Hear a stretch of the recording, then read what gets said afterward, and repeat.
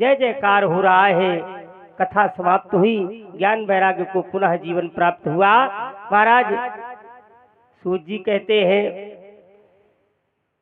भगवान की पावन कथा तो सुनी, लेकिन महाराज ये भगवान की पावन कथा प्राप्त कहाँ से हुई? ये भगवान की पावन कथा मिली कहाँ से? ये जो भागवत है इसका निर्माण कहाँ से हुआ? तो कहा कि वेद व्यास जी महाराज जो पाराशर जी के पुत्र हैं, उनके द्वारा, वेद व्यास जी महाराज जी के द्वारा महाराज 4 वेदों को जन्म दिया गया। यजुर्वेद, ऋग्वेद, अथर्ववेद, सामवेद। वो 4 वेद, उसके बाद शास्त्रों को जन्म दिया गया, 17 पुराणों को जन्म दिया गया, उपनिषदों को जन्म दिया गया, सारे ग्रंथों को बनाया, लेकिन महाराज वेद व्यास के हृदय को शांति नहीं मिली, परम शांति की प्राप्ति नहीं हुई। वेद व्यास जी महाराज सारे ग्रंथों की रचना करते हैं, लेकिन फिर भी दुखी है। दुखम परम च परमात्मे चिंतनो। मन में दुखी होकर के परमात्मा का चिंतन करते हैं, हे प्रभु इतना सब कुछ करने के बाद हमें शांति क्यों नहीं मिली, हमें हृदय में शांति क्यों नहीं प्राप्त हुई? महाराज जैसे ही हृदय में ग्लानि हुई, ऋषि नारद जी पहुंच गए। नारायण नारायण नारायण की ध्वनि जैसे ही पहुंची, महाराज वेद व्यास जी ने स्वागत किया। सुस्वागतम नारदो, आइए नारद तुम्हारा स्वागत है। नारद शब्द का अर्थ है नारदः, नारद, जिसका वाक्य कभी रद न हो, जिसकी बात कभी झूठी न हो, उसका नाम है नारद। त्रिकालज्ञ जो है, तीनों काल में जिसकी बात की मान्यता है, उसका नाम है नारद। नारदन यद, जो नारायण के परम प्रिय है, सो नारद। महाराज नारद दासी के पुत्र थे। दासी पुत्र होने के कारण समाज में इनका कोई सम्मान नहीं था, लेकिन मां लेकर के बाल्यावस्था में ही महाराज महात्माओं के पास पहुंच गई। महात्माओं के यहाँ उनका सुसम्मान हुआ। नित्य भगवान के नाम का उच्चारण कान में पड़ता रहा। अंत में माता ने साथ छोड़ दिया। इन्होंने संत महात्माओं की सेवा की, और सेवा करने के बाद जीवन का त्याग हुआ, तो वही दासी पुत्र नारद महाराज ब्रह्मा पुत्र नारद मानस पुत्रों में जाने गए। ब्रह्मा के पुत्र नारद हुए। ये क्या है? ये भगवत महिमा है। नारद जी ने कहा, हे प्रभु आपने अभी तक इतने ग्रंथों में वेद बनाए, श्रुतियां बनाई, शास्त्र बनाए, पुराण बनाए, लेकिन अभी तक आपने किसी भी पुराण में किसी परमात्मा की महिमा का गुणगान नहीं किया। भगवान प्रसन्न कैसे होते हैं? भगवान कहते हैं, अहम भक्तो पराधीना, मैं भक्तों के अधीन हूं। क्यों? भगवान कहते हैं कि मेरी पहली भक्ति है श्रवणम। मेरे जहां पर मेरे गुणगान हो रहे हो, मेरी कथा हो रही हो, मेरी महिमा का वर्णन हो रहा हो, आप वहां विराजे, वहां रहे, सुने, ये मेरी पहली भक्ति है। कीर्तनम, मेरे नाम का कीर्तन करो, ये मेरी दूसरी भक्ति है। पहली भक्ति प्रथम भगत संतन कर संगा, दूसर रत मम कथा प्रसंगा। कहते हैं भगवान पहली भक्ति का मार्ग है संतों का साथ करो, दूसरी भक्ति का मार्ग है मेरी जहां कथाएं हों उन कथाओं में रत हो जाओ, प्रसंगवत हो जाओ। महाराज नारद जी कहते हैं कि आपने इतने ग्रंथों का निर्माण किया, लेकिन आपने किसी भी ग्रंथ में मेरे गोविंद के नाम का उच्चारण नहीं किया, मेरे गोविंद के नाम का गुणगान नहीं किया। इसलिए भगवान के नाम का गुणगान, भगवान के नाम का की महिमा का वर्णन जिस ग्रंथ में हो उस ग्रंथ का निर्माण करो। वो ग्रंथ कौन होगा? तो कहा श्रीमद् भागवत कथा अमृतम। महाराज श्रीमद् भागवत, अब देखिए इसमें शब्द क्या है? श्री, दूसरा शब्द है मद, तब भागवत है। विचार करने की बात है। श्री, श्री माने लक्ष्मी, और मद माने अहंकार। भागवत कथा में क्या है? भगवान ने सब जगह लक्ष्मी का सत्कार किया है, लेकिन एक भागवत कथा ही ऐसी है कि जहाँ लोग भगवान ने केवल प्रेम को सत्कार किया है, भगवान ने लक्ष्मी का सत्कार नहीं, भगवान ने ऐश्वर्य को भी ठोकर मार दी। महारहस्य में जब कामदेव के प्रभाव से राधा रानी भगवान के कंधे पर विराजने के लिए अग्रसर हुई, तो भगवान अंतर्ध्यान हो गए, उन्होंने लक्ष्मी का परित्याग कर दिया। ये है श्रीमद् भागवत कथा। इस कथा के सुनने से महाराज भगवान के लोग हो जाते हैं।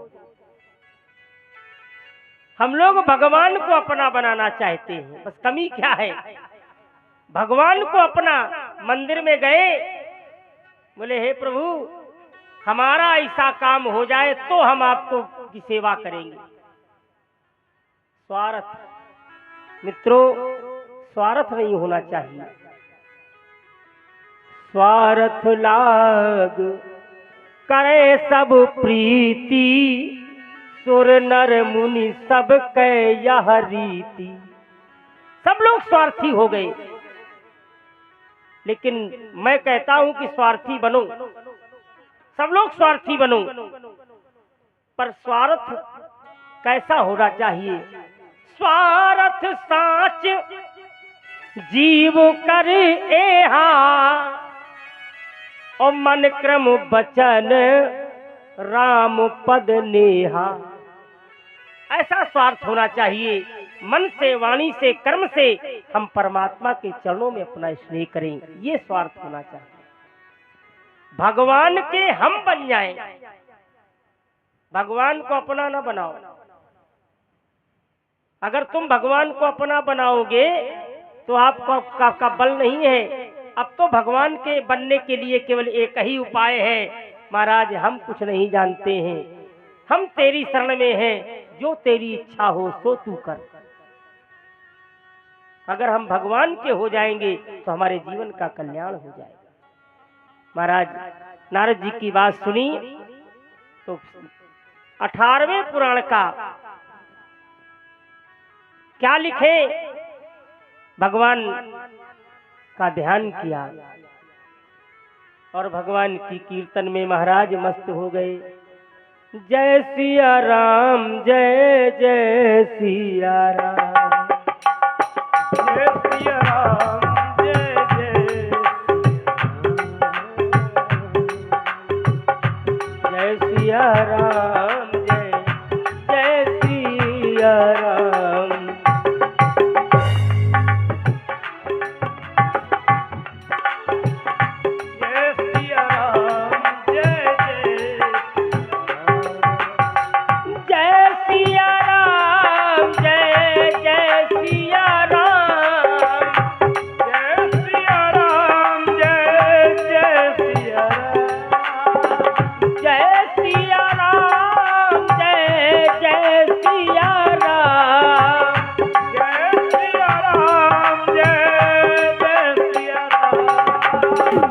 जय सिया राम, जय जय सिया राम, जय सिया राम,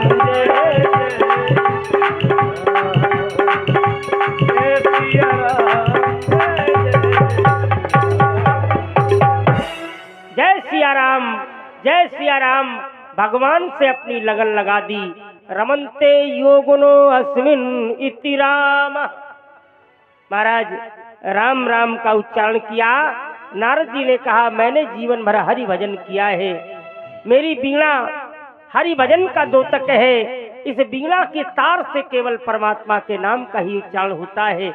ऐसा अनुकरण करके वेद व्यास जी ने भी राम नाम का उच्चारण किया। 18,000 श्लोकों का प्राकट्य हो गया। महाराज सभी श्लोकों को देख करके वेद व्यास जी ने वो श्लोक अपने ग्रंथ में लिखे और वही ग्रंथ बन करके श्रीमद् भागवत महापुराण के नाम से जाना गया। अब महाराज पुराण तो हो गया, ये पुराण किसको दिया जाए, किसको ये श्लोक दिए जाए, किसको ये पुराण दिया जाए? तो कहा महाराज ये पुराण के श्लोक सुखदेव जी को प्रदान किए गए। प्रश्न किया गया सूत जी महाराज से, ऋषि मंडली ने कहा हे प्रभु सनकादिक ऋषि कहते हैं ये बताओ ये सुखदेव जी महाराज कैसे हुए, सुखदेव जी महाराज का जन्म कैसे हुआ? तो कहा एक बार भगवान लक्ष्मी की गोद में सुख के रूप में नारायण महाराज भ्रमण कर रहे थे। कहा कि मैं अब संसार में जा रहा हूं और संसार में महाराज वेद व्यास की पत्नी के गर्भ से हमें सुखदेव के रूप में जन्म लेना है। कैसे जन्म लोगे महाराज? तो कहा पहले तुम्हें सुख के रूप में जन्म लेना पड़ेगा, तब सुख के रूप के बाद तब सुखदेव का जन्म होगा। महाराज सुख के रूप में जन्म लेने के लिए क्या किया जाए? तो नारद जी को प्रेरक बनाया। नारद जी एक दिन घूमते घूमते कैलाश पहुंच गए।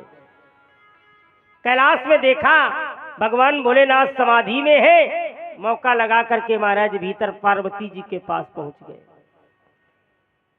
पार्वती जी महारानी बैठी थी। आइए नारद सुस्वागतम, तुम्हारा स्वागत है। नारद जी बैठ गए, जलपान कराया। कैसे आगमन हुआ? नारद जी ने कहा मैया बड़ी शांति चल रही है इस समय, हम देख रहे हैं विष्णु लोक में शांति है, ब्रह्मलोक में शांति है, कैलाश में बड़ी शांति है। और शांति तो होगी ही, क्यों? क्योंकि अब छल प्रपंच बढ़ गया है। देखिए नारद जी जहां पहुंच जाए महाराज तहां झगड़ा न हो, तहां झगड़ा हो जाए।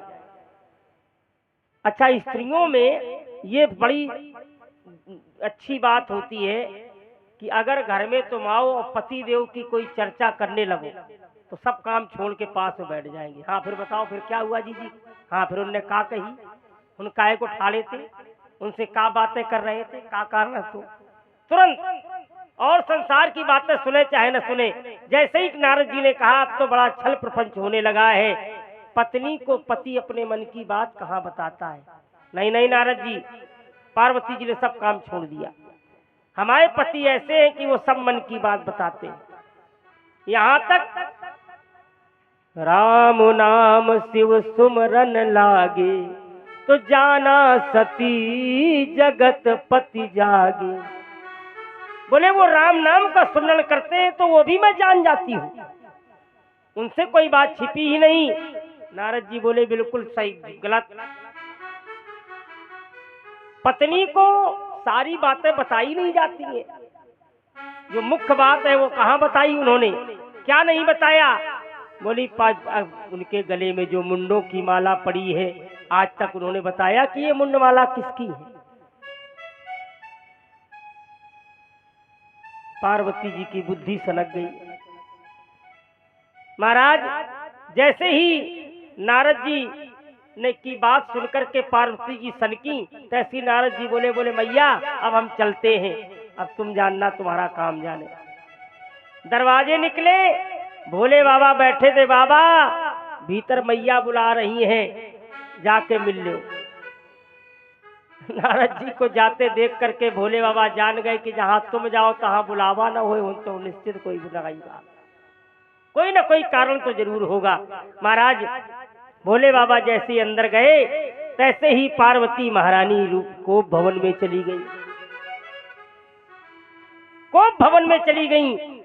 कोप भवन ये क्या है? पहले की स्त्रियां जो होती थीं वो मर्यादा की लड़ाई थी। कोप भवन माने घर में एकांत कोई कमरा होता था, उसमें जाके लेट गईं। भीतर लड़ाई झगड़ा हो तो भीतर की बात भीतर रहे, लेकिन आज की माताएं बहनें तो भाई खरंजा में ठाड़े होकर लाठी उठाती हैं।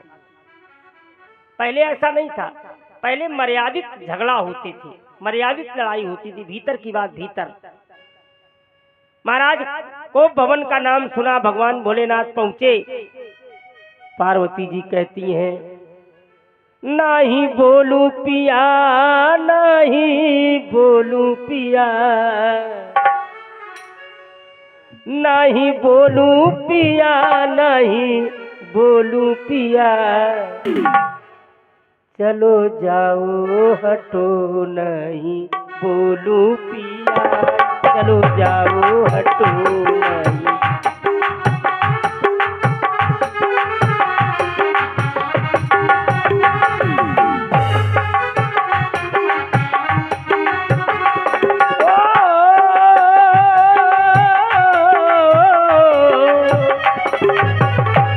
नहीं बोलू पिया, नहीं बोलू पिया, चलो जाओ हटो नहीं बोलू पिया, चलो जाओ।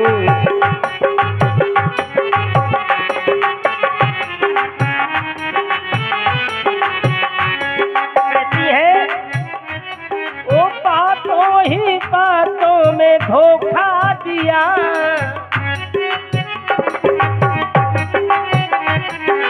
बातों ही बातों में धोखा दिया, प्रेम का ये झूठा नाटक हमसे किया,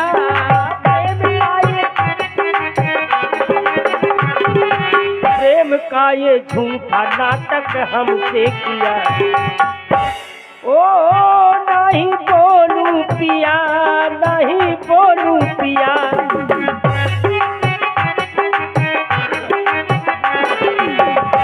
चलो जाओ हटो नहीं बोलू पिया, चलो जाओ।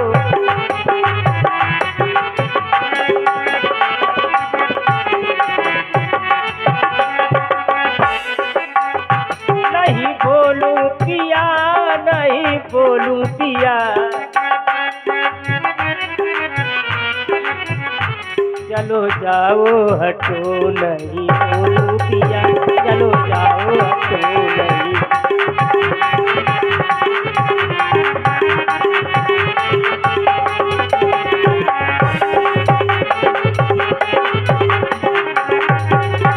तूने बातों ही बातों में धोखा दिया,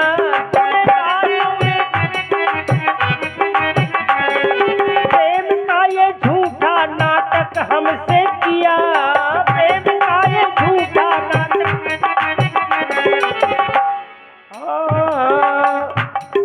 तुम्हें देख जलता हमारा हिया, चलो जाओ हटो नहीं बोलू पिया, चलो जाओ।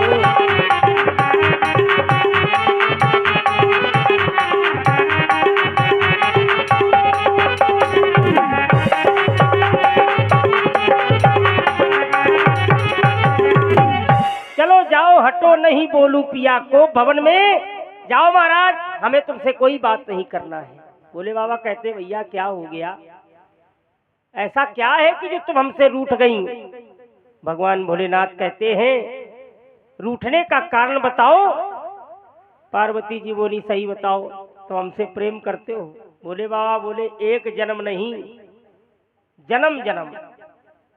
जैसे तुम्हारी स्थिति है कोटि जन्म तक रगड़ हमारी, और बरों समुन्नत रहो तुम्हारी, ये तुम्हारी है। तो मेरी भी इच्छा यही है कि जन्म जन्म तक शैल प्रति प्रेम हमार कमान, मैं तुम्हारे ही प्रेम के प्रति अपने जन्म जन्म में मैं सदैव आपके प्रेम में के पीछे भी दौड़ता हूँ, मुझे दूसरे की कोई आवश्यकता नहीं, मैं तुमसे ही प्रेम करता हूँ। पार्वती जी कहते हमसे प्रेम करते हो? सही बताओ। बोले हाँ। ये बताओ तो तुम ये गले में जो माला डाले हो तुमने ये हमें क्यों नहीं बताई? किसकी है माला? पार्वती जी से भगवान भोलेनाथ ने कहा ये तुम्हारी माला है। तुमने जितनी बार जन्म लिया है मैं हर बार तुम्हारी मुंड काट करके अपने गले में डाल लेता हूँ। पार्वती जी बोली हम इतनी बार मर चुके और तुम अभी तक एको बार नहीं मरे, तुमने ऐसी कौन सी अमरौती खा ली? हम इतनी बार मर गए लेकिन तुम एको बार नहीं मरे महाराज, ऐसी कौन सी अमरौती खाई? भगवान भोलेनाथ ने कहा मैंने अमर कथा सुनी, अमर कथा। अब पार्वती जी महाराज पांव पकड़ गई, महाराज वो अमर कथा हमें भी सुनाओ। तुमने अकेले अकेले सुन ली, हमें नहीं सुनाई। इसी का कारण ये है कि हम बार बार मरते हैं, बार बार जन्म लेना, बार बार मरना, बार बार जन्म लेना, बार बार मरना। अरे आवागमन से मुक्ति हो जाए वो अमर कथा हमें भी सुना दो। संसार में 3 हटें सबसे बड़ी होती हैं, बाल हट, राजहट और त्रिया हट। महाराज अगर बालक हट करे तो पूरी करना पड़ेगी, राजा अगर हट करे तो पूरा करना पड़ेगा, और अगर त्रिया हट में आ जाए तो वो भी पूरा करिए, नहीं घर का विनाश हो सकता है। इसलिए भगवान भोलेनाथ पार्वती जी को लेकर के हिमालय की गुफा में गए। महाराज सुक का बच्चा वहीं अंडे के रूप में था। पक्षी अंडा छोड़ करके माता भाग गई। हिमालय की गुफा में केवल वही महाराज अंडा बचा। भगवान भोलेनाथ ने जैसे ही कथा प्रारंभ की, अंडे में प्राण आ गए और अंडा फूट गया। 1 दिन 2 दिन 3 दिन निरंतर कथा चल रही थी, रात दिन कथा दिन रात हो रही थी। महाराज पार्वती जी को नींद आ गई, सुख में प्राण आ गए तो सुख ने महाराज हुंका देना शुरू कर दिया। भगवान भोलेनाथ कहते हैं भगवान ने अपने जीवन में ऐसा किया, फिर भगवान ने ये किया, फिर भगवान ने वो किया, वो बराबर हुंका दे रहा है, हूं। पार्वती जी सो रही हैं। महाराज आखिरी में जब भगवान ने कथा पूरी हुई, भगवान भोलेनाथ ने कहा बोलो भगवान वृंदावन बिहारी लाल की। पार्वती जी की आंखें खोली, बोले हाँ महाराज फिर आगे क्या हुआ? भगवान भोलेनाथ जान गए ये सो गई। भगवान भोलेनाथ कहते हैं देवी संसार में जो सो जाता है वो सब खो देता है। मोह निशा सब सोवनिहारा और देखई स्वप्न अनेक प्रकारा। ये संसार मोह रूपी रात्रि है, इसमें सब सो रहे हैं। कौन जागता है? यही जग जागही जामीन जोगी और परमारथी प्रपंच वियोगी। महाराज जागने वाले कौन हैं? कहा योगी जागते हैं, रात्रि जागती है, परोपकार करने वाले जागते हैं, प्रपंची जागते हैं, और जिनका अपना कोई बिछुड़ जाता है उनको कहाँ नींद आती। लेकिन तुम तो परम स्वतंत्र हो, तुम सो गई। महाराज जब तुम सो गई तो फिर ये हुंका कौन दे रहा था? भगवान भोलेनाथ ने पलट करके देखा तो पक्षी उड़ा, और जैसे ही उड़ा तो ऐसी भगवान ने त्रिशूल छोड़ दिया। इस जगह प्रश्न किया गया, सनकादिक ऋषियों ने कहा महाराज ये बताओ भगवान की कथा सुनना क्या अपराध है? अरे सुखदेव जी महाराज कथा ही तो सुन रहे थे, सुख के रूप में भोलेनाथ ने उनके ऊपर ये त्रिशूल क्यों छोड़ दिया? तो कहा भगवान की कथा छिप के नहीं सुनना चाहिए, ये नियम है। सकल सुमंगलदायक रामायण गुणगान। भगवान की कथा मंगलदायक है, लेकिन सुनना कैसे चाहिए? बोले सादर सुनिए ते तरही। साधन आदर, इसे आदर के साथ सुनना चाहिए। भागवत हो रही हो, कथा हो रही हो, तो मंच के सामने बैठकर कथा सुननी चाहिए, आदर के साथ कथा सुननी चाहिए, पद्म आसन बैठकर कथा सुननी चाहिए। महाराज हाथ जोड़कर कथा सुननी चाहिए, नेत्र बंद करके भगवान का ध्यान करते हुए कथा सुननी चाहिए। छिप के कथा सुनना, छल से कथा सुनना, चलते फिरते कथा सुनना, ये कथा का अनादर है। इसलिए भगवान भोलेनाथ ने त्रिशूल छोड़ दिया। महाराज वेदव्यास की पत्नी अपने पति से कह रही थी, हे स्वामी, हमें ऐसा लगता है कि अब तो बुढ़ापा आ गया, अब हमारे संतान ही नहीं होंगे। वेदव्यास जी महाराज कह रहे थे, चिंता न करो, भगवान तुम्हारी भी सुनेगा। महाराज इतना कहते कहते जमुआई आ गई और इधर सुख के रूप में सुखदेव जी महाराज चले जा रहे थे। जैसे ही जमुआई आई तैसे ही महाराज पेट के अंदर चले गए।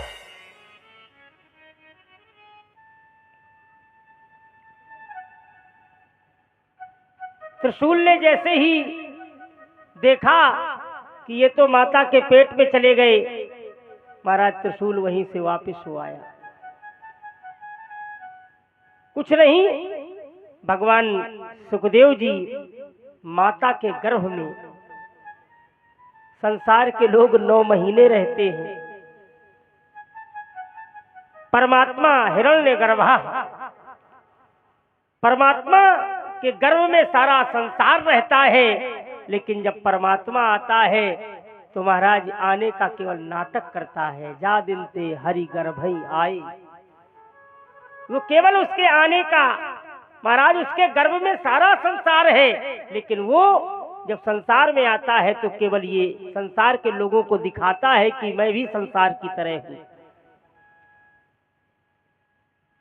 माता के गर्भ में 16 वर्ष तक पैदा ही नहीं हुए। अब लोगों ने सोचा कि महाराज ये कैसी स्थिति है, तब प्रार्थना की। जब प्रार्थना की तो सुखदेव जी महाराज ने कहा, भैया लोग कहते हैं कि गर्भ में नरक होता है, लेकिन हमें तो यहाँ परमात्मा का साक्षात दर्शन हो रहा है, इसलिए हम संसार में नहीं आना चाहते हैं। संसार में आएंगे तो ये माया पकड़ लेगी। भूम गिरत भाटा बर पानी,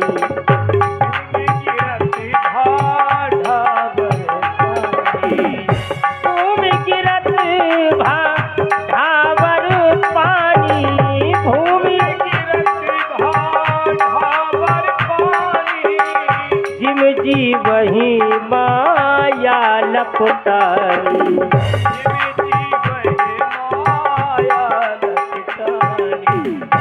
जैसे ही धरती पर जीव गिरता है माया लिपट जाती है। महाराज हम माया के चक्कर में नहीं पड़ेंगे। मैं और मोर तोर तय माया, यही बस कीन्हे जीव निकाया, गो गोचर जहाँ लग मन जाई, सो सब माया जानो भाई। महाराज संसार की माया बड़ी प्रबल है, ये माया तो सबको नचाती है। ये माया कैसी है? तो कहा महाराज ये माया तो बंधे कीट मरकट की नाई, जैसे कीट मरकट बंधे होते हैं तैसे ही लोग माया के चक्कर में बंध जाते हैं। हम नहीं आएंगे। बड़ा निवेदन किया, प्रार्थना की, तब महाराज जन्म हुआ। जन्म होते ही हाथ में नाला पकड़ा। माता के गर्भ से बालक जब पैदा होता है तो एक लंबी रस्सी जैसी नाभ से जुड़ी होती है, उसको नारा कहते हैं। कहते नारा काट दिया गया, नारा छीना जाता है, नहीं होता है। अब आपके यहाँ कुछ और कहा जाता हो, हमारे यहाँ तो यही कहा जाता है, नारा छीन दो। महाराज वो नारा जो था उसको पकड़े हाथ में और सुखदेव जी महाराज आगे आगे चल दिए। इधर पीछे पीछे महाराज उनके पिता चल दिए। पीछे पीछे पिताजी जा रहे हैं, आगे आगे सुखदेव जी महाराज जा रहे हैं। सुखदेव जी महाराज का दर्शन किया पिता चिल्लाते हुए, हा पुत्र मेरी सुनो। सुखदेव जी महाराज को कोई मतलब नहीं। एक सरोवर में नौजवान युवतियां स्नान कर रही थी नग्न होकर के। महाराज जी उन्हीं के बीच में जाकर सुखदेव जी नग्न अवस्था में स्नान करने लगे। युवतियों ने उन्हें देख करके पर्दा नहीं किया, लेकिन जैसे ही व्यास जी महाराज घाट पर पहुंचे, स्त्रियों ने जल्दी जल्दी अपने वस्त्र पहन लिए। प्रश्न किया, ये मेरा नवयुवक बालक 16 वर्ष का बालक तुम्हारे बीच में स्नान कर रहा है, नग्न होकर के तुम लोग इसको पर्दा नहीं करती हो, लेकिन हमें देखकर पर्दा क्यों किया? महाराज बड़ा सुंदर उत्तर दिया। स्त्रियों ने कहा, देवियों ने कहा, महाराज ये परमहंस है, और परमहंस जो होता है उसको इसलिए संसार में न तो कोई नंगा है, न कोई वस्त्र पहने है, न कोई स्त्री है, न कोई पुरुष है। निज जीवन में जगत को जो देखता है वो परमहंस होता है, उसको संसार में भेदभाव नहीं दिखाई पड़ता।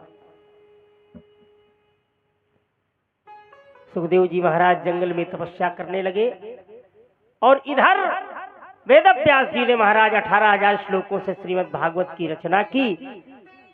रचना के सुंदर सुंदर श्लोक अपने शिष्यों को रटवा दिए।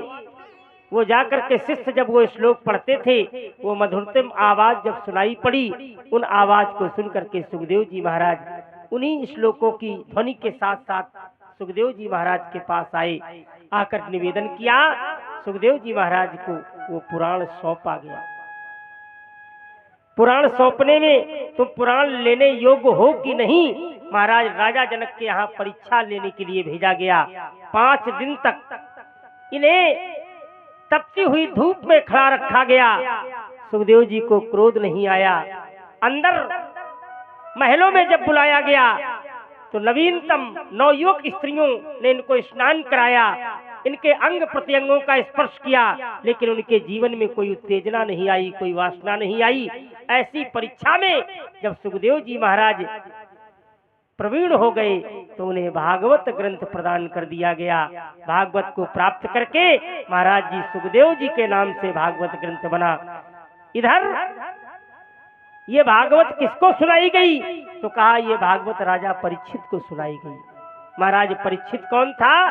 तो कहा इसके लिए महाभारत जो 17 पुराण, 4 वेद बने, 18 पुराण बने, लेकिन जब पंचम वेद माना गया तो वो महाभारत माना गया। पंचम वेद महाराज महाभारत के रूप में माना गया। तो महाभारत की कथा जब बताई कि महाभारत में की कथा में जब जाएंगे तब राजा परीक्षित को जन्म होगा, तो कल की कथा में मेरे समझ से अब तो समय पूरा हो गया। क्यों भाई महाराज जी, कै बज गया? 6:30 बज गया, समय पूरा हो गया। इसलिए राजा परीक्षित की कथा, महाराज ध्रुव की कथा, प्रहलाद की कथा, ये जो मुख्य कथाएं हैं सब कल आपको अच्छे अच्छे सुनने को लेगी। और मैं बताऊं, कथा तो अनंत है, 7 दिन क्या 7 वर्ष में भी पूरी नहीं हो सकती हैं, और समय उतना ही है। तो हम अपनी माताओं बहनों से, भाई बंधुओं से अनुरोध करेंगे कि आप लोग जरा समय का ध्यान रखें। 2 बजे का समय दिया गया है, अरे 3 बजे तक आ जाओ। लेकिन आज हम देख रहे हैं कि कुछ तो 5 बजे आई हैं, कुछ 6 बजे आई हैं, है ना? भाई बंधु समय निकालिए, कल तीसरा दिन है। बड़ी ही अनन्य कथाएं, 2 बार भगवान के नाम का उच्चारण करें, उसके बाद आरती और प्रसाद लेकर के ही आप लोग अपने घर को जाएं। बोलो भागवत भगवान की, बोलो नर नारायण भगवान की, राधा कृष्ण भगवान की। श्री कृष्ण गोविंद हरे मुरारे, हे नाथ नारायण वासुदेवा। श्री